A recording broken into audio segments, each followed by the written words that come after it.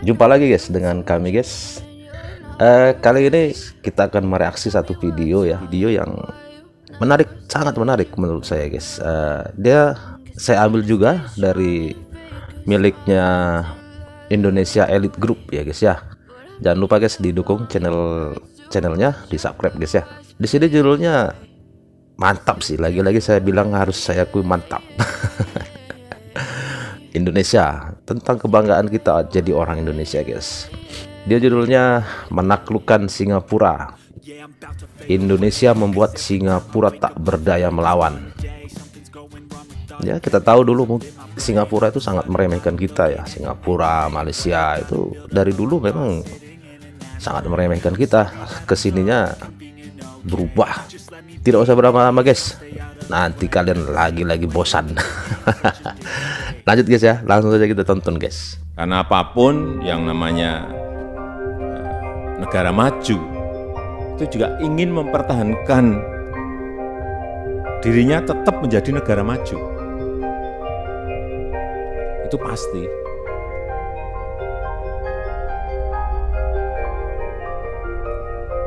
Dan juga mereka tuh tidak akan rela juga bahwa negara berkembang ini ada yang maju menjadi negara maju, juga banyak yang nggak rela. Dan itu ya manusiawi, nggak perlu kita sakit hati dan enggak. Tapi kita berusaha agar bagaimana visi kita agar bisa menjadi negara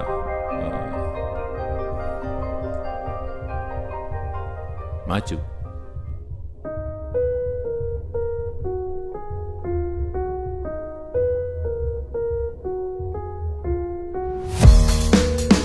Jika kita mengaca pada Indonesia di era Pak Bambang, maka kita akan menyadari banyak perubahan besar yang terjadi pada negeri ini.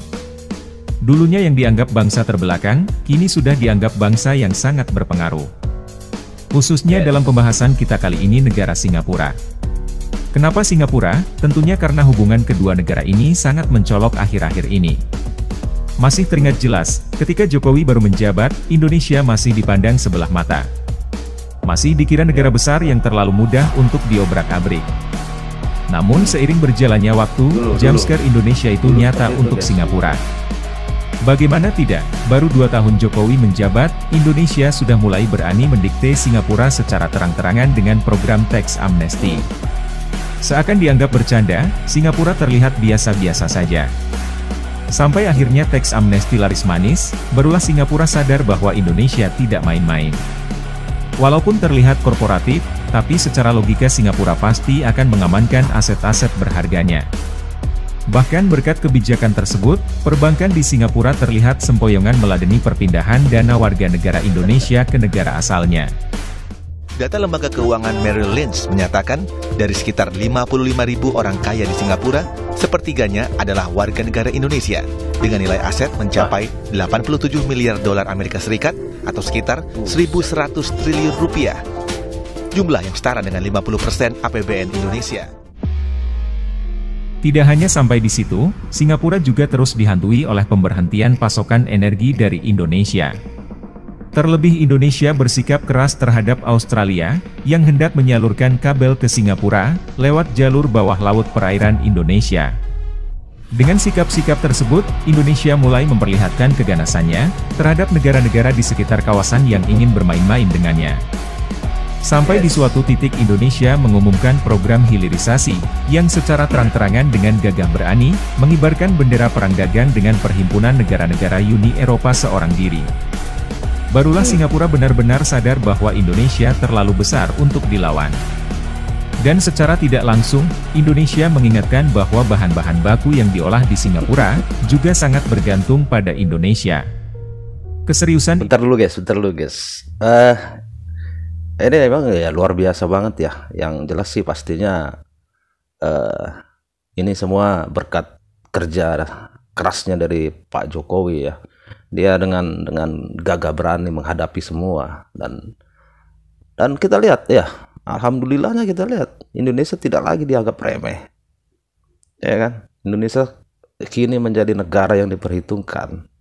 Singapura yang dulu meremehkan kita, Malaysia yang dulu meremehkan kita, sekarang mereka jadi berpikir untuk macam-macam dengan Indonesia kan gitu. Ya jangankan Asia Tenggara, Eropa aja dilawan kan gitu. Oke guys, kita lanjut. Indonesia ini pun membuat Singapura semakin tidak percaya diri. Ini terlihat dari kecenderungan pasrahnya Singapura pada kebijakan-kebijakan yang diterapkan oleh Indonesia. Bahkan, pengambilan ruang udara Kepulauan Riau dan Natuna dari Singapura nyaris tanpa perlawanan. Kita terbuka, tapi kalau kita suruh kirim bahan mentah terus enggak. Stop, jangan berpikir Indonesia akan kirim bahan mentah. Sudah lama ruang udara kita yang berada di atas Kepulauan Riau dan Natuna dikelola oleh Singapura. Dan berkat kerja keras semua pihak, kita telah berhasil mengembalikan pengelolaan ruang udara di atas Kepulauan Riau dan Natuna kepada NKRI. Singapura menyadari bahwa andil Indonesia terhadap negaranya sangatlah besar. Misalnya saja bahan baku industri smelter dan sumber daya alam lainnya seperti minyak mentah, Singapura masih berharap banyak pada Indonesia. Dewasa ini, Indonesia kerap melakukan proteksi terhadap aset-aset berharganya.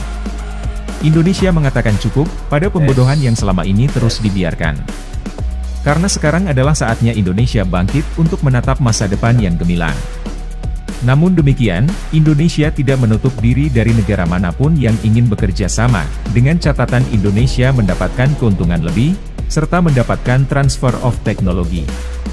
Ini bisa saja diartikan, perusahaan dari negara lain yang tertarik dengan sumber daya alam Indonesia, harus masuk berinvestasi di Indonesia, dengan mendirikan perusahaan dan mempekerjakan masyarakat sekitar. Iyalah, harus gitu lah. Yang diharapkan kedepannya masyarakat Indonesia bisa mendapatkan skill yang mumpuni, untuk dapat bersaing dengan masyarakat global.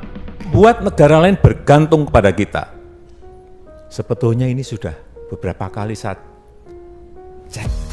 Siapa sih yang tergantung pada kita? Ternyata banyak sekali.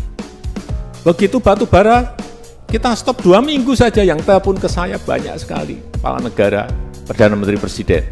Oke guys, itu tadi videonya. Kalau menurut kalian gimana guys? Jadi memang Indonesia ya, semakin kesini semakin menakutkan lah buat negara-negara lain.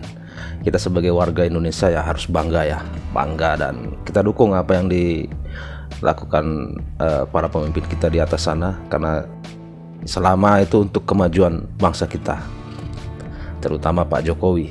Dan saya berharap sih pengganti Pak Jokowi nanti ini adalah orang yang benar-benar seperti Pak Jokowi, bahkan kalau bisa lebih dari beliau. Jadi cita-cita kita menjadi Indonesia emas ya, cita-cita kita menjadi negara maju itu akan terwujud dengan kepemimpinan yang jujur, bersih, dan penuh semangat, berani, tidak takut tekanan dari negara manapun. Oke guys, terima kasih guys. Jangan lupa dukung channel kami guys ya, subscribe, like, dan komen. Bagikan juga guys ya. Dan pastinya channel dari Indonesia Elite Group ya guys, di subscribe juga. Terima kasih guys sudah menonton, dan sekali lagi saya ucapkan banyak-banyak terima kasih buat kalian, karena dukungan kalian sangat berharga buat kami. Terima kasih guys. Jangan lupa tersenyum.